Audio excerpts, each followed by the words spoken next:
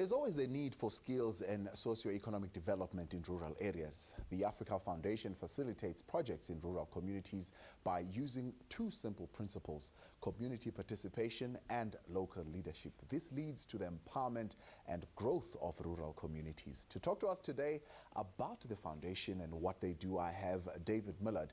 He is the Chief Executive Officer from the Africa Foundation. David, good morning and thank you for joining us. Good morning, Thabo. Thank you for inviting me. Tell us a bit more. What is the Africa Foundation and why was it started? Africa Foundation started about 20 years ago. In fact, this is our 20th anniversary. It started out of the thinking that you can't have conservation without the involvement of the local communities. And I think that Africa, probably one of our greatest assets that we have in Africa is natural resources like conservation areas, our animals, because it generates a huge amount of investment, foreign investment in the form of tourism, filming and things like that, people coming to South Africa, and it creates jobs. And that, of course, is all fed back into the conservation itself and into those communities. So the idea was really born out of a company called Conservation Africa, which is now called &Beyond. And they, in fact, insisted that an independent trust be set up called the Africa Foundation, which would spearhead and drive all the socio-economic development around where they operated. Why is it important to empower communities, rural communities for that matter, by ensuring that they learn how to conserve and preserve Africa's spectacular assets? I think that the lesson that has been learned is that, for example, things like checkbook charity, just throwing money at communities has never worked. People don't take the ownership and accountability of that. But I think more importantly than that, our country needs leadership, good, strong leadership. And that comes with empowerment and leadership development. And that's where I think we've seen the benefits of that within the foundation and also on the conservation side, coming out of the work that we've done. What is your key focus area? What are the areas that you focus in when you're dealing with rural communities? We have 4 focus areas, and none of them more important than the others. Education, obviously, which covers the building of schools. And also under education, we have a flagship program which is called CLEF, the Community Leader Education Fund.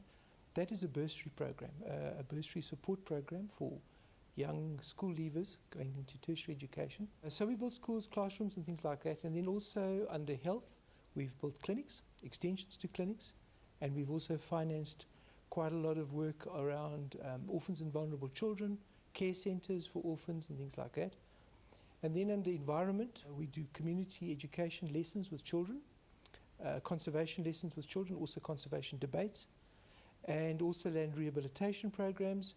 And then the 4th one, of course, is small business development. And there we concentrate on farmers and craft development around those communities where we operate. Now, you say you don't just throw money at the communities in which you operate. What is the model that you take to assist and support these communities? And how do you make sure that the projects that you picked become sustainable? Essentially, we approached, people come to us. The communities have, as you know, in South Africa, we have Community Development Forums, CDFs. And these are structured councils supported by Department of Social Development and government. And what they do is they come to us and they say, look, they have this problem. We usually ask them to prioritize those problems in a scale of what is the most important and why. Sometimes that might need further investigation, perhaps with the Department of Education or whoever. But what we do is we eventually arrive at what we call a prioritized need. We then ask them, what are they doing about that problem? Because we're not going to go into a handout. So they then obviously show us or demonstrate to us what they've been trying to do to resolve that problem.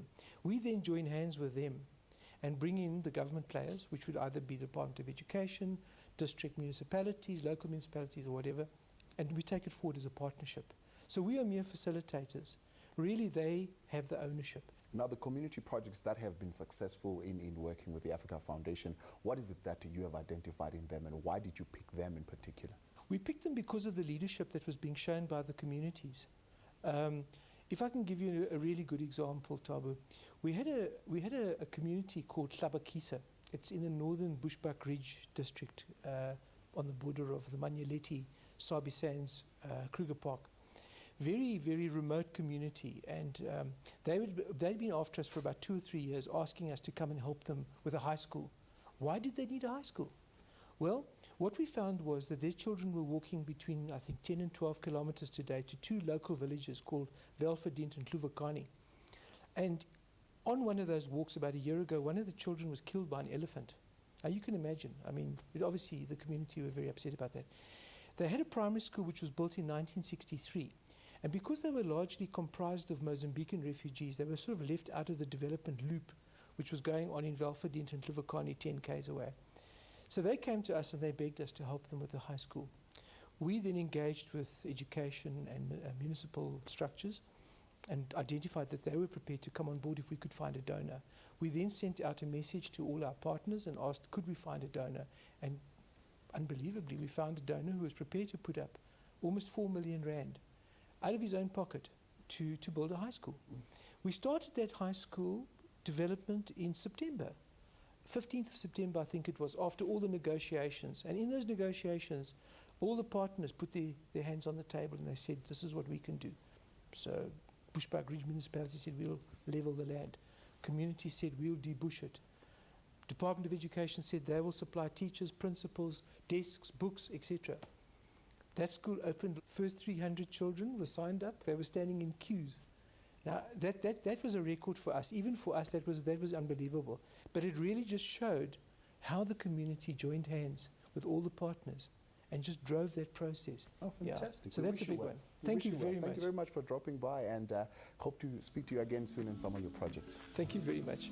I appreciate it.